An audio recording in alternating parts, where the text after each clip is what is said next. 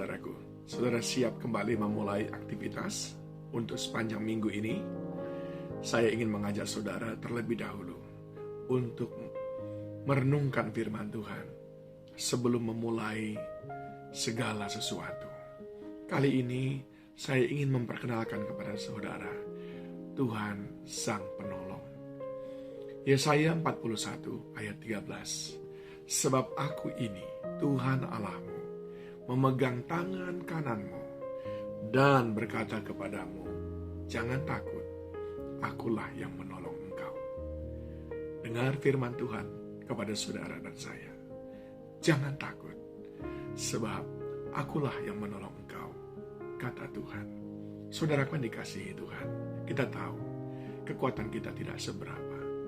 Itu sebabnya kita perlu bergantung penuh kepada Tuhan. Orang yang bergantung penuh kepada Tuhan adalah orang yang mengandalkan Tuhan. Dan orang yang mengandalkan Tuhan adalah orang yang diberkati dan disayang Tuhan. Sebab mereka akan mendapatkan pertolongan daripada Tuhan.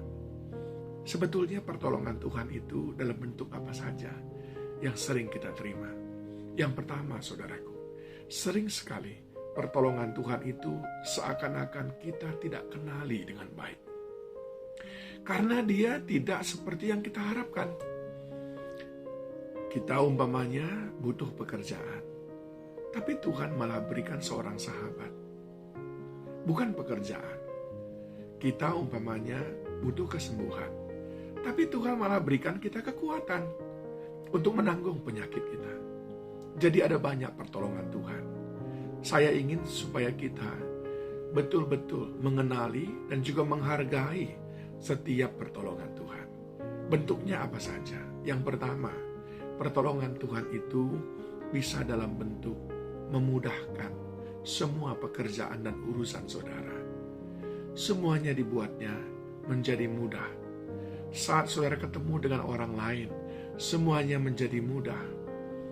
Ini sungguh menjadi sebuah pertolongan.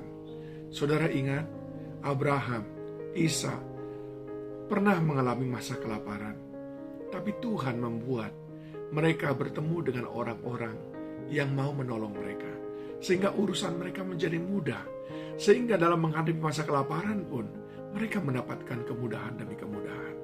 Doa saya, salah satu bentuk pertolongan Tuhan yang saudara terima hari ini adalah kemudahan demi kemudahan demi kemudahan yang Tuhan berikan. Yang kedua, saudaraku, dalam Mazmur 37 ayat 40, Tuhan menolong mereka dan meluputkan mereka. Yang meluputkan mereka dari tangan orang fasik dan menyelamatkan mereka sebab mereka berlindung padanya. Yang kedua adalah keluputan. Pertolongan Tuhan sering sekali dalam bentuk yang tidak kita duga, bahkan mungkin yang tidak kita harapkan. Saudara tadi mungkin ingin mengerjakan sesuatu, ingin bertemu dengan seseorang, mudah-mudahan bisnisnya lancar. Nggak taunya di tengah jalan terjadi tabrakan, semua orang terluka, tapi saudara diluputkan, sehingga saudara tetap bisa melanjutkan urusan saudara. Atau saudara membuka toko, dan toko di sebelah kiri saudara semuanya terbakar, tapi toko saudara tidak. Itu pun pertolongan Tuhan. Tuhan meluputkan saudara. Atau ada orang lain yang datang ke toko si A, si B, si C. Semua orang yang datang itu menipunya. Orang yang sama datang ke toko saudara. Tiba-tiba pegawai saudara mengatakan, maaf, hari ini kami belum bisa layani Bapak. Maaf, bos belum ada. Tuhan tadi tidak mengizinkan saudara datang cepat-cepat ke toko, supaya saudara tidak ketemu dengan orang itu, sehingga saudara tidak tertipu. Diluputkan oleh Tuhan. Ingat, yang pertama tadi dimudahkan oleh Tuhan. Dan yang kedua adalah diluputkan oleh Tuhan. Dan yang ketiga, Dia menyediakan pertolongan bagi orang yang jujur, menjadi perisai bagi orang yang tidak bercela lakunya.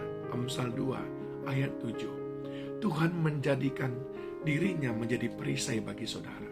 Pertolongan yang ketiga adalah perlindungan.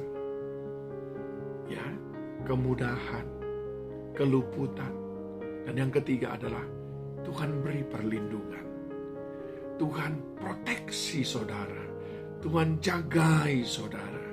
Bagaimana supaya saudara tetap terjaga tidak celaka, tidak bangkrut. Tuhan lindungi sawah ladang saudara dari berbagai macam gangguan. Itu pun adalah pertolongan Tuhan.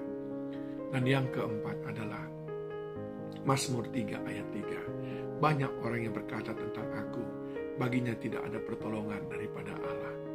Padahal sebetulnya Allah memberikan pertolongan. Yaitu apa? Pengharapan. Tuhan, dialah pengharapan kita. Dan dia yang sering sekali berbicara kepada hati kita untuk menanamkan pengharapan itu.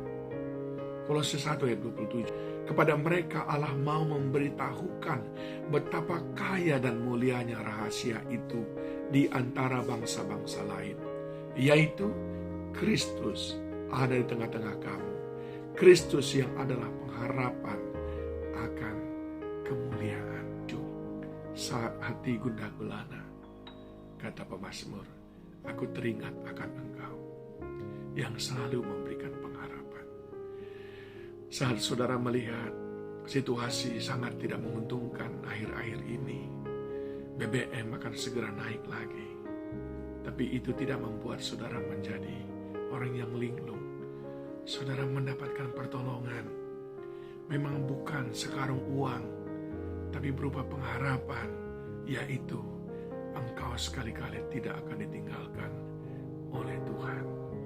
Ingat, di dalam Mazmur 42 ayat 4-5, inilah yang hendak ku ingat, sementara jiwaku gundah gulana, bagaimana aku berjalan maju dalam kepadatan manusia, mendahului mereka melangkah ke rumah Allah dengan suara sorak-sorai dan nyanyian syukur dalam keramaian orang-orang yang mengadakan perayaan.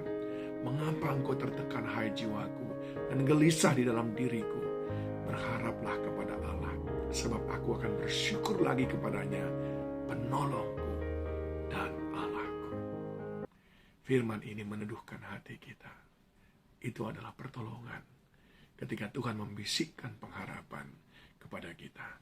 Mari memulai hari ini dengan mengharapkan pertolongan daripada Tuhan. Sebagaimana tadi dia sudah katakan, Yesaya 41:3. Sebab aku ini Tuhan Allahmu, memegang tangan kananmu, dan berkata kepadamu, jangan takut, akulah yang menolong engkau. Engkau akan dipenuhi pertolongan Tuhan sepanjang hari ini. Tuhan Yesus memberkati saudara. Shalom.